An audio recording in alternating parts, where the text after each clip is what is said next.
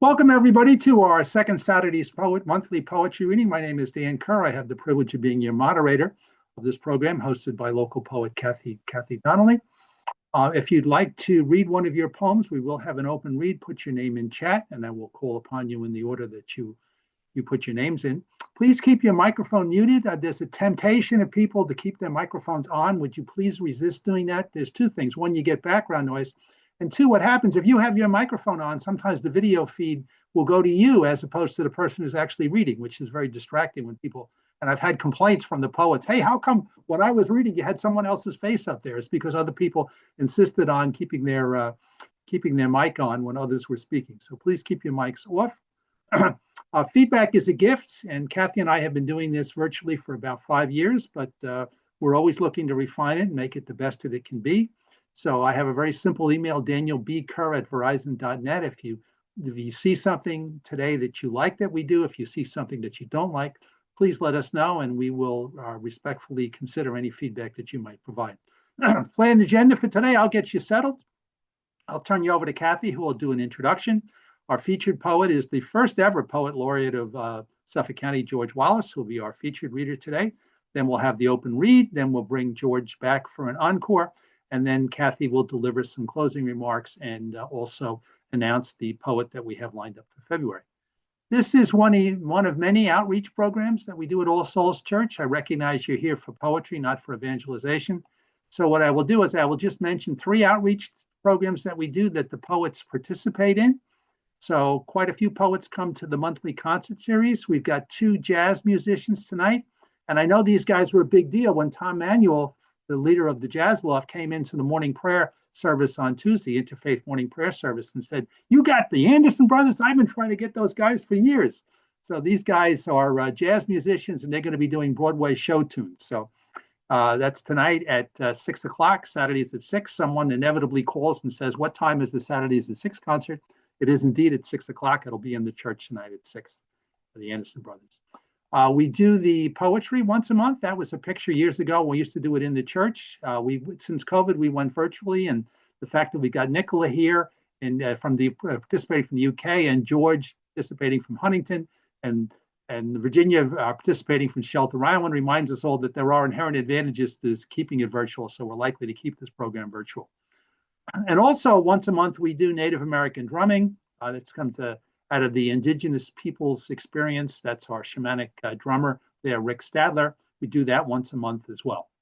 And the next Native American drumming we're doing is on January 22nd. If you're interested in learning more about those programs, just go to our website or just follow up with me. I'm happy to give you more information on those programs.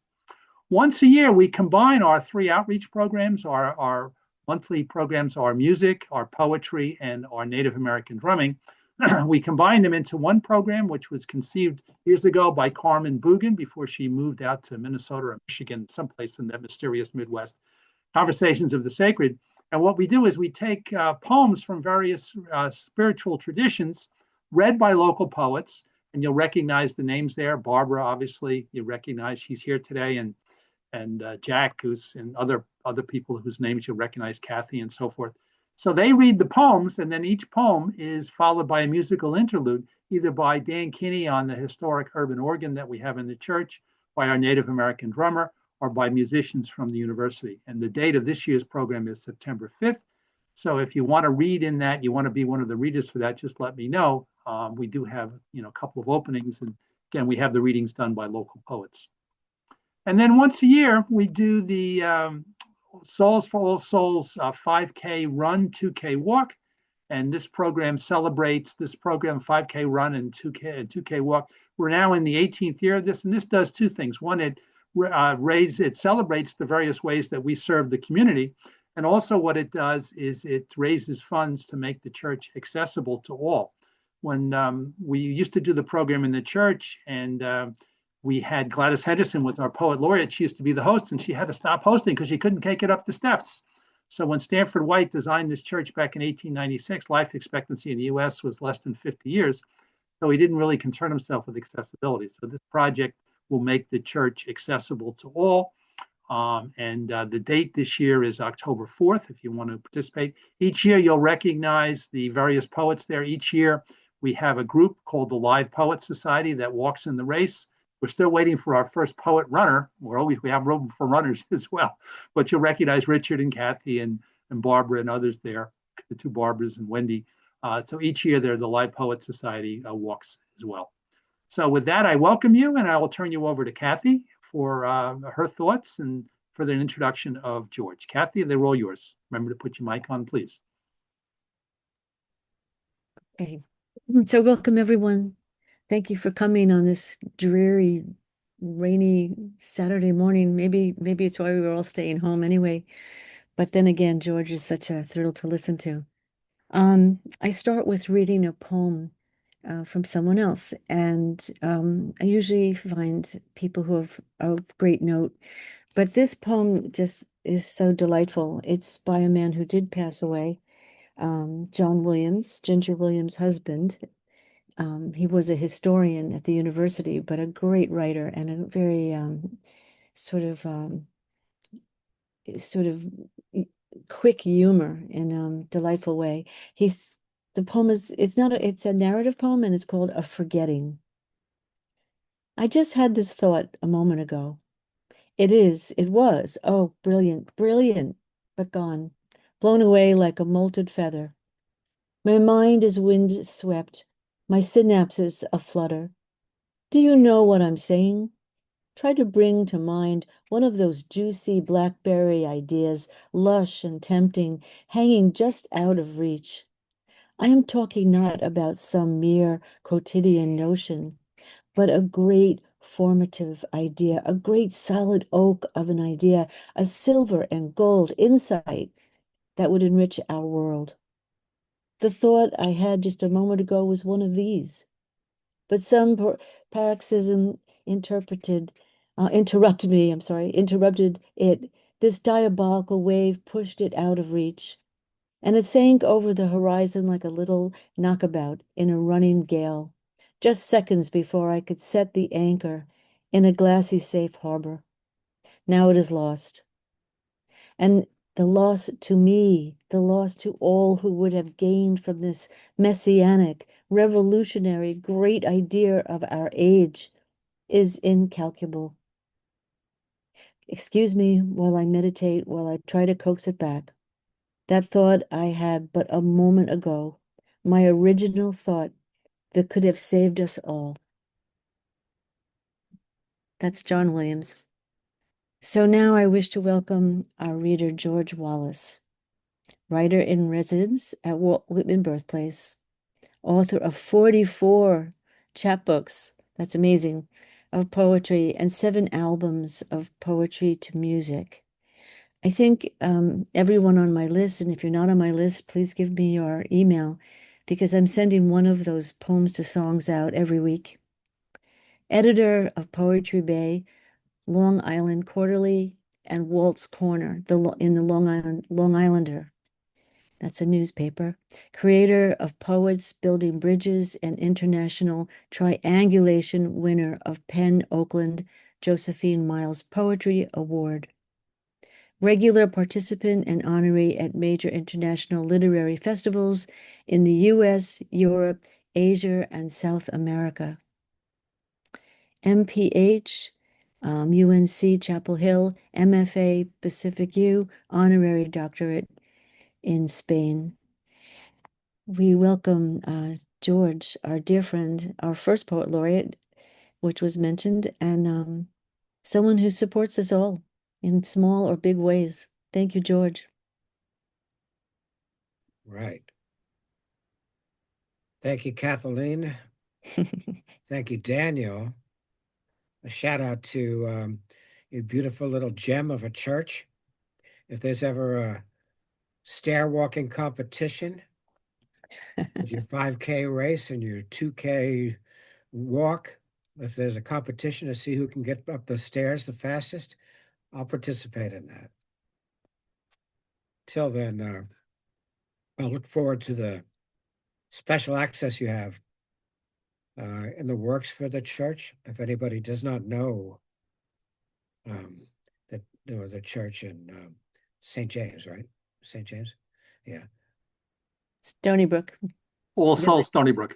Yeah, Yeah. Stony Brook. Yeah, it really is a gem of a building, and well worth a visit. It has real strong vibes to it. So, thank you for allowing me to read to you. It's 11:15. I'll read for 20 minutes and turn it back. I'm looking forward to hearing from my many friends here in the audience today who are going to be also reading. I have two more or less biographical poems I'll start with. This first one's called Mozzarella Soup. Some people look at a trash can and they think it's supposed to be something you're supposed to take out. Some people look at a trash can, they think it's something you're supposed to bring in. I look at a trash can and I think about arguing with my sisters over whose turn it is to take the damn thing out. That and my Uncle Nick, who lived in an apartment in Astoria and fixed watches 5 days a week. He came out to visit us on Long Island, out in the country, he called it, every Friday night. Sat there across the table from me, stuffing his big fat mouth with everything on the table he could reach: pasta, salad, coffee, sausages, mozzarella soup, peach pie, anything my mother cooked for us. Sometimes it was Swedish meatballs. That man, could he eat? He'd eat the cat if it let him, said my mother. And well, Uncle Nick, he did eat like a champ. I'll give him that.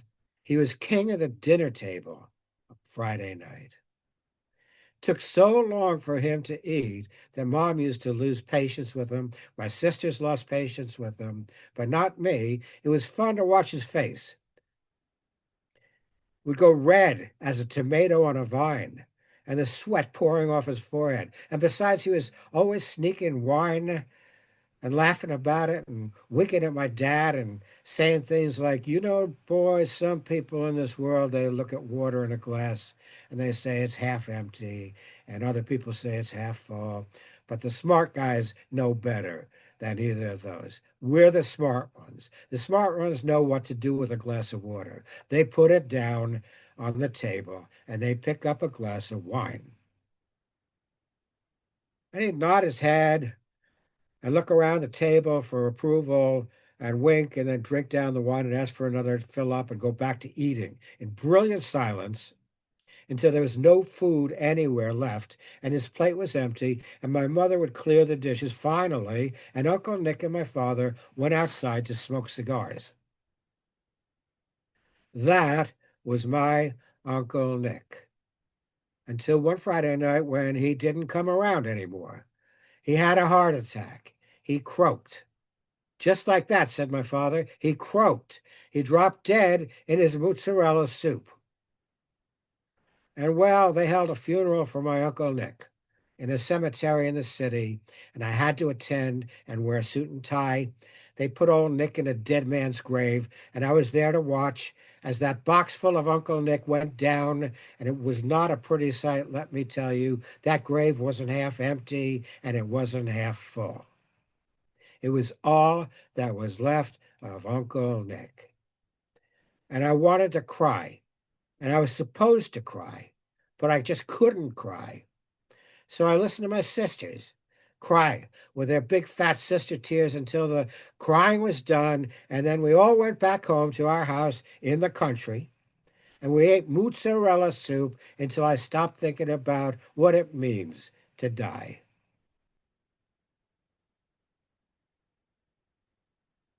Thank you. This is what Barbara Ann may be able to relate to about the late 1960s and music on Long Island. I was in an R&B band. She's called Heat Wave, like Martha and the Vandellas, the song Heat Wave. The year was 1966. We were a soul band. It was Christmas. It seemed like it was always Christmas back then. We were going at it hard. Kip was angelic that night. Lord, it was hot. It was a battle of the bands. The Metropole was hopping. There was high school kids with fake IDs, ex-convicts with tattoos, unattached wives on the prowl, girls with jangly bracelets and impossible eyelashes, piles and piles and piles of hair. Let me tell you, that place was hot that night. It was hot that night. The Rascals got discovered on the West Hampton Strip that night, but not us. On this particular night, Billy Joel's band was kicking our collective butts. They had this psychedelic thing going on. That was the thing right about then. Wanging their Fender guitars and him with his Hammond organ, big Leslie speakers, and us with tight rhythms, grace notes, and intricacies and transplantations of shoehorn harmonics. With our cummerbunds and our terrible hangovers, with our brassed up horn section and our slicked back hair. I played a $50 Farfisa organ. It sounded like a plastic kazoo. And Kip sang into the microphone like an angelic Outer Banks angel because, you see, that was our gig. And it suited us. We weren't the Beach Boys. We hated the British invasion. Blue-Eyed Soul was for suckers. What we knew was what we had listened to in secret upstairs lairs and musical garages, wearing out the grooves of records by the dozen. James Brown at the Apollo, Jackie Wilson, Wilson Pickett, Sam and Dave, 45s and 45s and 45s from Mercury, Chess, Stax, and Polydor, strutting into no man's land, no daydream, no on your sister's sad couch, no spindles and poodle skirts, no pink hi-fis. We listened till we puked. We practiced until our brains gave out. We were eyeball deep in soulful cuts and nuances. We wanted it so bad. We wanted it so bad. It worked all right. It worked all right. We worked it. We worked it in the places that would give us a chance to work it. We could make girls dance easy. We could make boys rush out on the dance floor and forget their embarrassment. But that night was not our night. It was not our kind of place. What'll we do? Kip said. What'll we do? Well, none of that hippie junk, and we rolled out a perfect set, purified and righteous. We got our soul thing going. We played and we lost, and then it was time for us to get off the stage and let Billy Joel take a bow, and us to pack up our gear.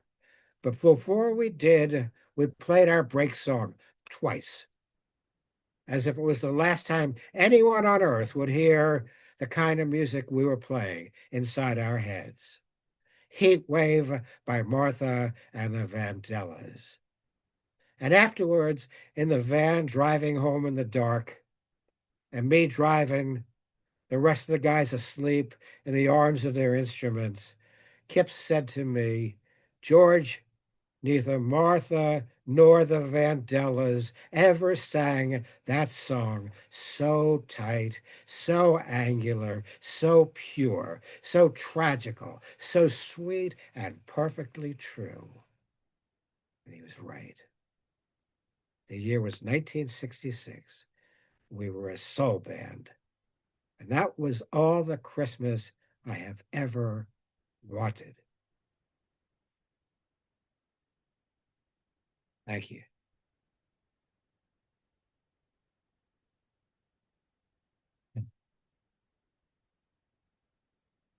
Well, this poem is a contemporary critique, I suppose. Anybody who's been in grocery stores will understand this poem, should understand this poem.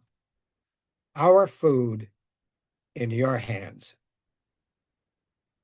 How can a man, woman, or child walk through a supermarket anywhere in America without feeling the imprint of your hands on everything they touch? Hands strung in the dawn of cinch bugs, nematodes, smell of dung, plastic buckets, bandanas, short-handled tools. Hands which dream of bean fields, straw beds, and barbed wire, corn silk and buttermilk, the watery music which leaps like a fish out of blue mestiza night, like your family's laughter and into day. You migrate through South Carolina like drift of fog. You harvest tomatoes in Florida. You work the fields in Delaware, Maryland, Connecticut, Maine. You harvest potatoes, apples, soybeans, peas, beets. You tend to broilers, heifers, hens, sows. You harvest wild rice. You pick avocados and grapes. You plant white tufts of cloud into the hair of your children like seeds of heaven. Oh, lettuce, oh, bold Salinas Valley, oh, crates of California, plums, apricots, onions, almonds, Oregon cherries in low country and in the hidden apron folds of mountains, cucumbers, string beans, Brussels sprouts, walnuts, peaches, Idaho potatoes in burlap sacks. How can any man, woman, or child in Colorado, Alabama, Arkansas, Missouri, Louisiana, Illinois, or New York, any man, woman, or child in Cochise County, Arizona, Florida, Texas, ever walk through an American supermarket without feeling the judgment of your steady eyes, balancing every crop and planted field in America against the bigot's law, against injustice breathing down your neck, the weight of hatred borne by your feet, your shoulders, and especially your hands. Tired, cut, bruised, bug bit, unloved, underpaid hands. Ripped off. Oh, no, yeah, ready to be rounded up and kicked out. Because you come back, don't you? You come back. You always come back. You burn through mist like the border sun, which migrates through every supermarket in America. Thank you.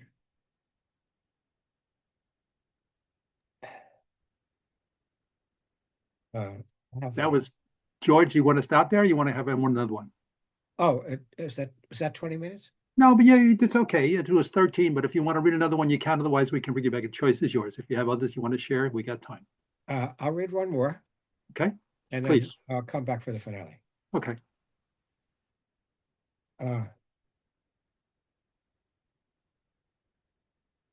What's this? What's this? Open the door and out come the people, right? Here's the church, here's the steeple, open the door and out come the people, right?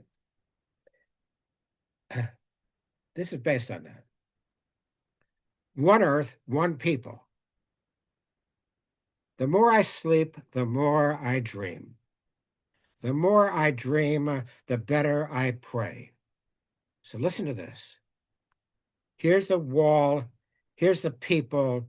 No one can say it better than that. Here's the smoke rising like a church, rising like a campfire, rising like a kitchen fire, rising like the border that separates us from each other and blinds us. Town from town, pueblo from pueblo, ranch and farm, animal and farm family, each from each. The smoke that blinds us. The people who crossed borders just to be with each other, to just live with each other decently. No. Nobody knows this better than us. This is no border. This is the front line in the war against limes. And no one can tell us what walls we should build between us. Walls inside us, around us, behind us, in front of us. So many walls, ridiculous, ridiculous. I'm surprised we haven't all gone blind and no one knows this better than us. Here, where the people are undivided, here, where the people rise up like rivers and join together with heaven to form one great river, united as the sea, to eat, to laugh, to work, to prosper, to pray together, because the more we pray, the better we dream. One earth, one people. A wall which is no wall is a river that's no river at all. And we are that river, one people. Here and everywhere we go, reverential, strong, better than what anybody takes us for. And what do they know about us? What do they know about us? We flow along, we listen, we dream, and nobody can stop us from doing that. Nothing. Nobody. No borders, no walls. Open your hearts. Open your doors. Out come the people. Thank you. Thank you, George. It's amazing how much reaction I have to the 4 poems that you read. Your Uncle Nick sounded like a very interesting character, and the trash can and the mozzarella soup.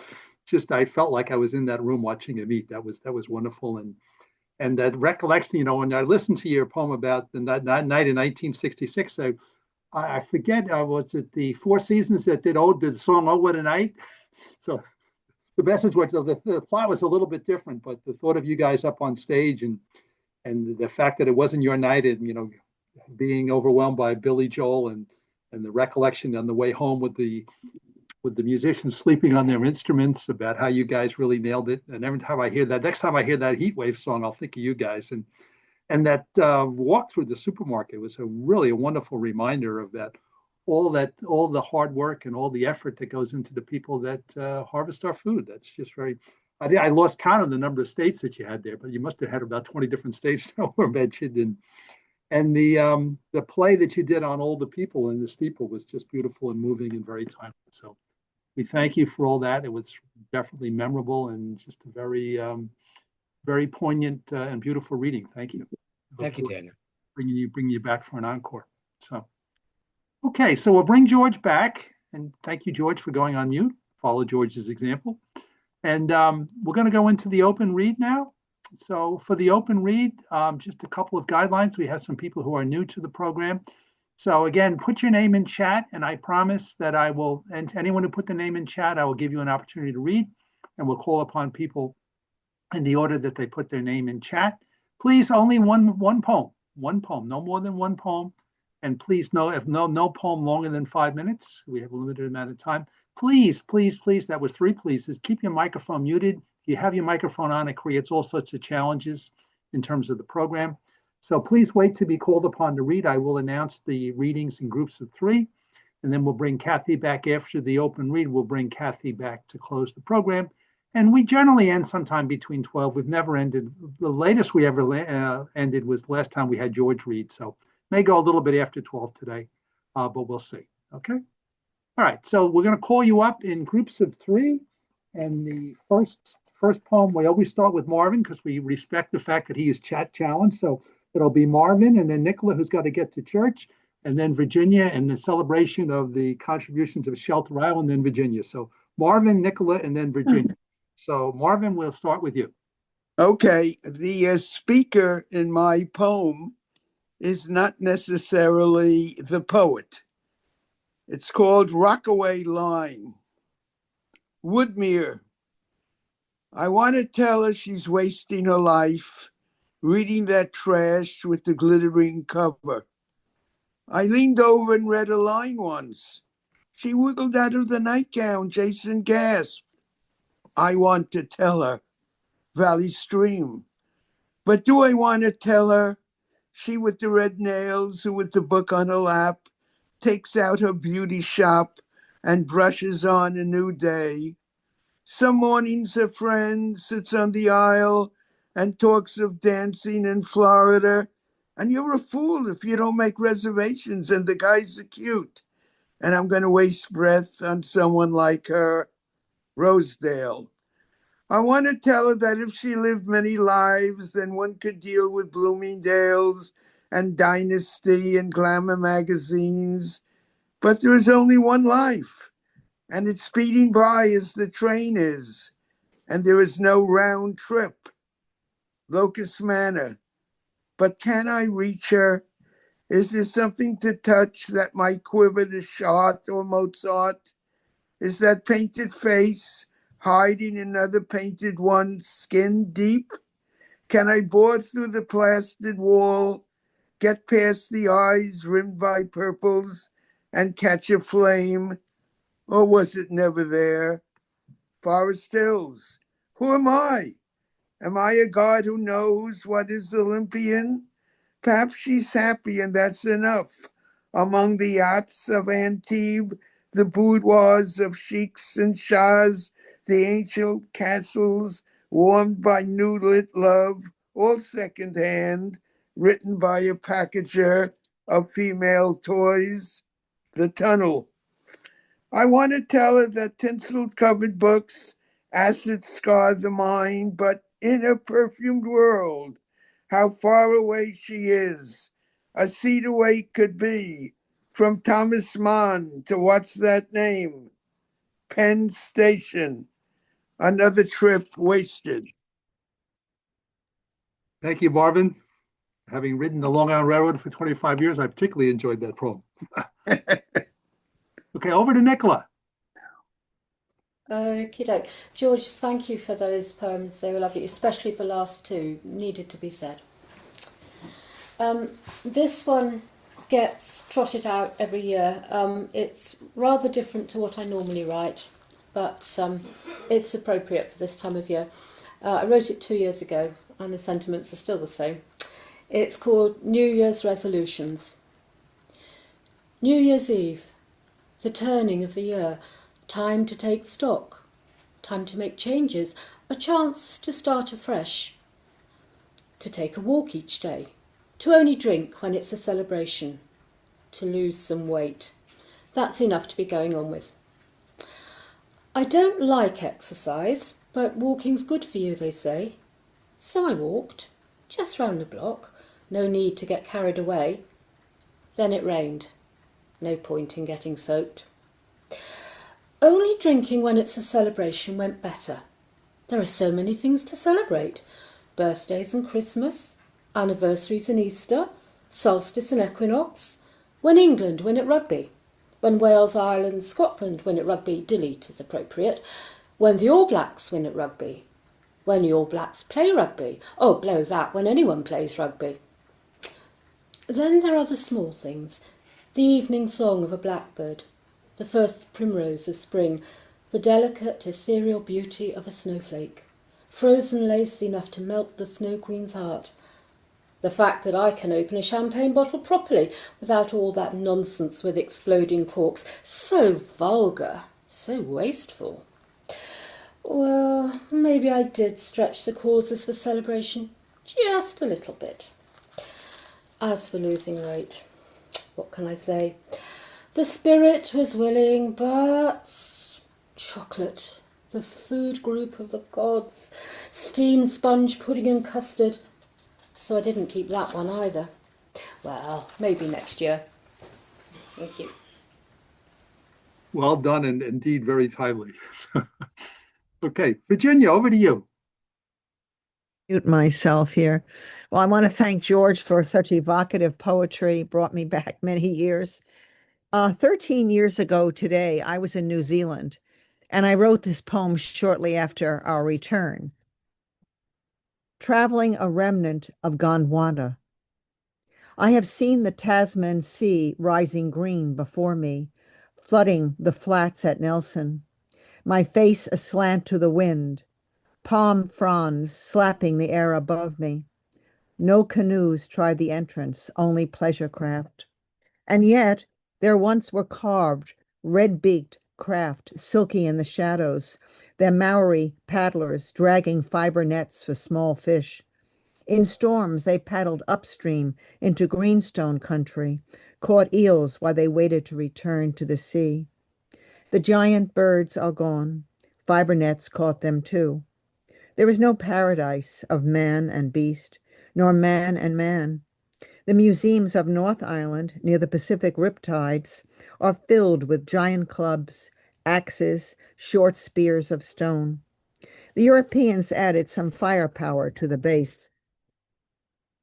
The storm makes the papers. Our crossing just in time.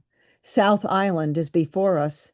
But during the night, the Tasman Sea continues to rage, and sky flashes make us wake startled. A bridge is out ahead. We are assured repairs will be done before we pass. Captain Cook from afar spotted the southern Alps, which we approach in heavy mist. We skirt the angry sea. What if we were on that sea? After the Marine Museum in Wellington, all seafarers are gods to me. Tangora controls the waves around Aotearoa, say the Maori. The glacier is obscured by rain, but glints in the cloud. We learn the bridge will be ready for our crossing. But the powers of the sea and sky do not rest after we pass. The road is washed out for miles. We have to stay where we are, off the planned route. A convenient museum offers films, books, and news. We decide to ride to a distant point before dark, aquaplaning on flooded roads. At the wave-frothy point, we rest and eat in a clay pot-sized cafe. At the edge of the world, we have found refuge. We did not paddle there or brave the open oceans. We did not survive the wars of the land, but we have been taken hostage by wild rivers, kauri trees, boiling skies, mountain slides, shell-studded carvings, blue and green embracing seas. Thank you, Virginia, for that trip to New Zealand. Now, next group of three are, we have two members of the Live Poets Society, Barbara Branca and Richard Bronson, followed by Dan Kerr. So Barbara, over to you, with or without your rattle. No rattle right now. And I was going to do something very short. That was a song, but since George gave me that entree to do rock and roll, I'm going to do my poem, Little Brooklyn Foxes. Me and Iris, just kids, listening to rock and roll on scratchy vinyl, Murray the K on AM radio. We wanted to see what it was all about. So we take the train to the Brooklyn Fox by ourselves to see Chuck Berry, Little Richard, Jan and Dean, and some girl group. We were just 11, but we were already little Brooklyn Foxes who couldn't get enough of that rock and roll music. We get off the train, just like Papa said, walk to the Brooklyn Fox Theater, just like Papa said, except he remembered the hood from the 30s when he went to see Buster Keaton in nickel matinees. Now we were marching through broken sidewalks, broken dreams, and get to that broken down theater in time to see Little Richard playing that piano, not the way my piano teacher played. No, not the way my mother played. No, he just tutti-fruttied all over that keyboard, kept that beat a-going, hitting all those high notes. But wait a minute, he looks different. He looks weird. He's wearing makeup. He has on pancake makeup, just the kind my mother wears. We weren't even wearing makeup yet. We were a couple little Brooklyn Foxes who couldn't get enough of that rock and roll music. We started screaming when Chuck Berry comes out on stage, playing the guitar, walking that crazy duck walk. The crowd goes wild. He's playing Maybelline. Then he's down on the floor playing those riffs on his back. Then all of a sudden, everybody rushes the stage. We get caught up in it. The only little girls in front of those tough kids from Bed-Stuy trying to cop a feel when Chuck sings, "Why can't you be true?" I'm practically on the stage eye level and he's singing right to me, and it felt good because we were a couple little Brooklyn Foxes who couldn't get enough of that rock and roll music. Then out comes the cutest blonde teenagers ever, Jan and Dean, and they really do sing a song about me. They're singing ba ba ba ba ba baran, and we're yelping, dancing in the aisles. And now there's a couple of cops with nightsticks telling everybody, back off, get in your seats. But we keep dancing till the lights come up. We leave that theater all wound up and a couple of years wiser. Go next door for an egg cream and fries. There, bigger than life, we see the girl group. Be my baby. They're all chiffon gowns and beehive hairdos. but look close and they look like they're wearing Halloween masks, tons of makeup, false eyelashes. Be my baby now. But they were too scary for us. They look like very big foxes, foxes that would eat their babies now. So we head out and walk round the corner, see two teenagers in the alley back in the theater. One of them is throwing up, maybe sick, maybe scared. They were just a few years older than us, just a couple of California surfer boys. Iris and I look at each other. It was Jan and Dean, and we were just a couple of little Brooklyn foxes who couldn't get enough of that rock and roll music. Thank you, Barbara. That was memorable. Thanks for bringing the voice of those little foxes. So, Dr. Bronson, over to you. George, thanks so much for those poems. So every year for many years on New Year's Eve, we would be up in Northampton, Mass, College Town, celebrating their, quote, first night celebration by our local talent, and this is one of the acts. Candy Moon Rising. Zoe of the Dancing Fingers, child on the edge of adolescence, your right knee bounced to the rhythm of the reel, your body a metronome, your bow a madness. Mentor father, he on the guitar, uncle on keyboard, jigs, reels, marches, rolled out, effortless, 6/8, 4/4, 2/4. Then the slow lament of a waltz, Candy Moon Rising. Your violin cried, I'll always love you, but daughters grow up. Afterwards, I asked if you hear the tunes in your head. Coyness of a 12-year-old. No, you said, with a little smile. My fingers know the way, and I follow them. Thank you. Thank you, Richard. Very good. Okay, the next poet is Dan Kerr, and this particular poem is called Who is the Master? Who is the master?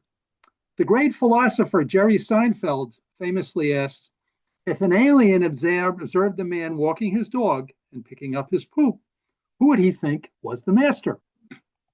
I ask myself a similar question every time one of my passwords expire, or when I'm told I must use the app, or when my cell phone beeps with the latest message from a politician. Does technology serve me, or do I serve technology? How do I reverse the feeling that I am the one picking up the poop? When I call the 800 number, what number do I push to get a person that speaks English and answers my questions and is there to solve my problems? I'm sure their website is very lovely and is more efficient, but why do I get the feeling that the system is designed to prevent me from ever speaking to someone who can help me solve my problem?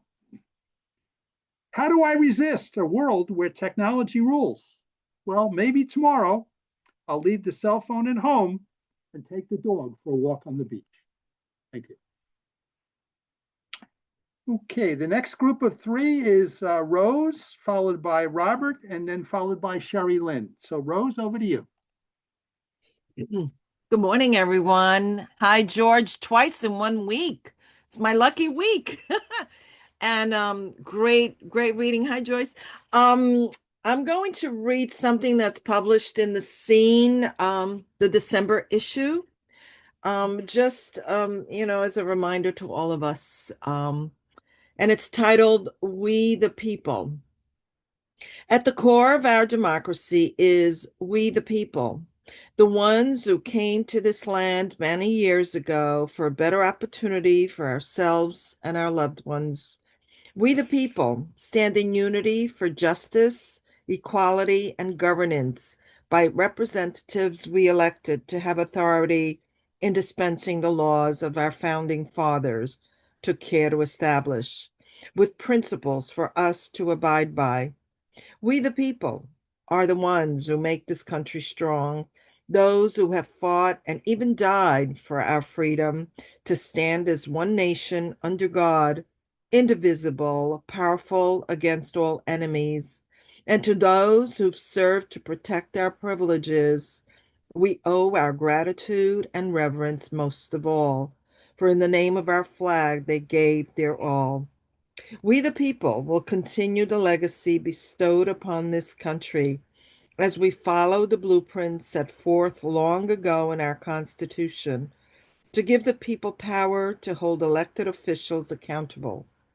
We, the people, are the ones in charge to ensure that the rule book of how we are to be governed will ultimately be administered with respect, dignity, and liberty for all people who come to our shores. Let us continue the journey started long ago. Let the American dream prevail for all eternity. Let us embrace one another in love and respect. Thank you. Thank you, Rose. Very timely. Okay, over to Robert Savino. Well, good morning, everybody. Thank you, George. Thank you, Dan, for continuing to do this, Dan and Kathy. This is a short poem about a long subway ride. Skittish strap hanger. Look at her, look away from me, unable to look into my eyes, lump-throated, monkey on her back, a baffling force of tunnel vision, no desire to lift her chin until the train stops short. She stumbles, bumps into me. Excuse me, she says with a smile. We both exit near 5th and East 82nd, giggling, sharing 2 dogs with the works. Thank you. Thank you, Robert. Okay, Sherry Lynn, over to you. Hi, everyone. Thank you, Dan and Kathy, for always hosting this wonderful event. And what an opportunity to have George here. I loved your memoir, and especially those important 2 poems at the end. And of course, I love hearing everyone at the open read. It's such varied art. This poem appeared in Walt's Corner in December. It's called SOS. Quote, "We have nothing but this beautiful, sad planet to save us," unquote, attributed to Chilean poet Pablo Neruda. She cries out to us. I hear her in ravaging fires. I fear her in hurricane whipping rains. I feel her in quakes and tremors or when birch trees weep in ice. She appeals to us with her fruitful flowers and colorful trees, her playful foxes and dancing whales.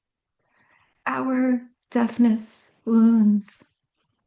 As we injure her with drills and spills and need for comfort still, millions ignore her pleas as she gasps for breath.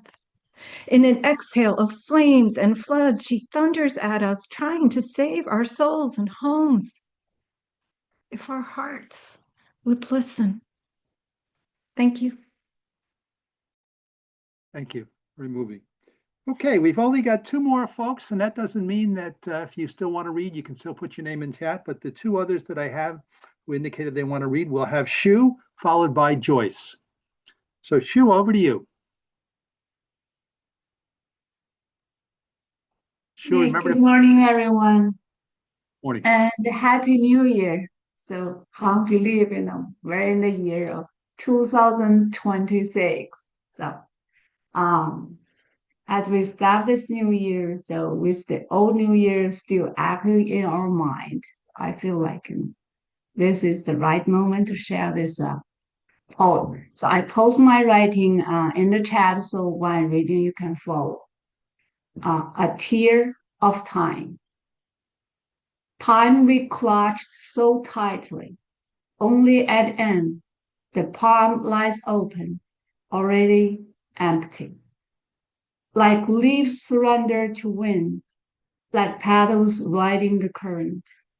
Shards of time slip from memory and become stars overhead, stand beneath our feet. Snowflakes adrift, bluebells strewn across a field. Hands still gripping the promise of forever. A butterfly in the dream settles on my fingertip. Wings shiver once and split a river of memories. Each droplet a tear of time, a tree, a flower, a smile, a frown, a bird's trill, a wolf's howl, a joy, a regret, a victory, a defeat, a birth, a death, a you, and a me. Thank you. Thank you, Shu. Well done. Okay, Joyce, I got you second to last per your request. Joyce, you got to put your mic on. Now you can hear me, I think. Yep. Okay, thank you very much. I want to thank you and Kathy so much for giving us all the opportunity to share our words. And I'm definitely going to be, and George, I loved hearing you. And I'm going to definitely be listening to this recording later, or whenever you get it to us. And thank you for the opportunity. So we're all sharing our words, and I haven't had this published yet, but in the middle of changing my residence, so I'm a little bit scattered, trying to move from my home of 35 years to a condo half a mile away. I'm staying in my hometown. So I'm very grateful for that and grateful for these words. And thank you for the opportunity. The name of the poem is Words, which we all share so well together. And we share each other's feelings, and it means a lot to me. So this is called Words Again. Words, don't let me down. I need you to calm me. Take me to the rapid waters of a stream, rushing over multicolored rocks in the middle of a deciduous forest. Or help me travel to a calm lake surrounded by evergreens. Words, don't let me down. It's 2 a.m. and I'm wide awake. Please be my guide as I sail through the turbulent ocean waves of a huge life transition. Please be my anchor to lull me to sleep. And now, first, to find a conclusion to this poem. Thank you for the opportunity. Thank you. I'm reminded of the song Words. Words are all we have. So well done. And I loved your poem with Jerry Seinfeld and trying to get somebody to help you on the phone. So it resonated with me so deeply. Thank you. Okay, so Kathy, we always said Kathy till last, but is there anyone else who wanted to read? Just wave your hand. All right, Kathy, looks like everyone has read, so over to you. I woke up a few days ago and just had this painting staring at me of a calla lily, and so I wrote a poem. And I just want to say that, George, when you read, I feel like I'm there. And the soup poem is hysterical. I've heard it before. It's very funny. And the last two, your song, your poem about oneness, it reminds me of Joni Mitchell when she says, we have to get back to the garden. And I think we're never going to get there, but our job is to try, just try all our lives. Beautiful work. Okay, so calla lilies. They drape lower lips, yellow tongues reach and shout messages from the inside. So you pay attention. White to shades of pink, darkest saved for last, where petals curve down, drop out of sight, deep pink to red, hiding. What do we notice? Colors changing, do they tell us a truth? We discover the next surprise was actually obvious. The calla lilies shout from the inside in a foreign tongue. Thank you, Kathy. So delightfully, we bring back George. Okay, George, back for your encore. All right.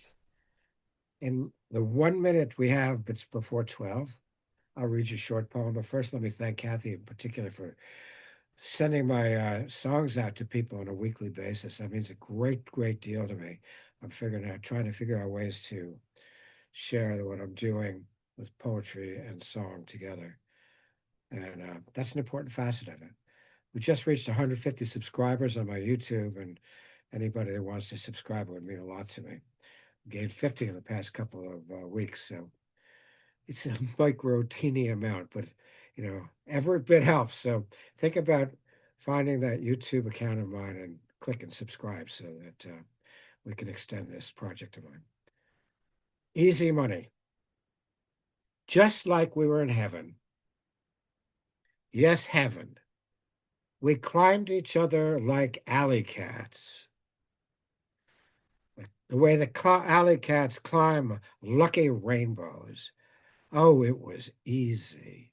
Easy as easy. Easy money. Money making money. A mountain of cash. A dumpster load of molten money. Cash poured out of every nook and cranny like honey from a geyser mouth. Not pretty, not good, but gold upon gold upon gold, earth coughed up coin angels. Every which way we looked, every which way we looked. You wore a big red sash. I wore hot chains of love. Oh, bolt of lightning, you wanted dollar signs. I wanted sunlight eating sunlight. And that's exactly what we got. We got what we wanted. Money, money, till the cash ran out and we were tossed away like bones. Oh, easy, easy money. Oh, easy money. Why don't you love me now? Thank you, George. Wonderful encore. Okay. All right, Kathy, over to you. I'll call up the slide for the next reader. So, I don't like to start talking about the next person except to tell you she's exceptionally wonderful. She's in a workshop or was in a workshop with Tony Policano, which is every Monday. And her name is Marcia Nelson, an award-winning poet, playwright, and screenwriter. So she will be with us next week. And she's quite the gal. She doesn't make the circuit too much, but when I do see her, it's wonderful to hear her. So hopefully we'll see you next month.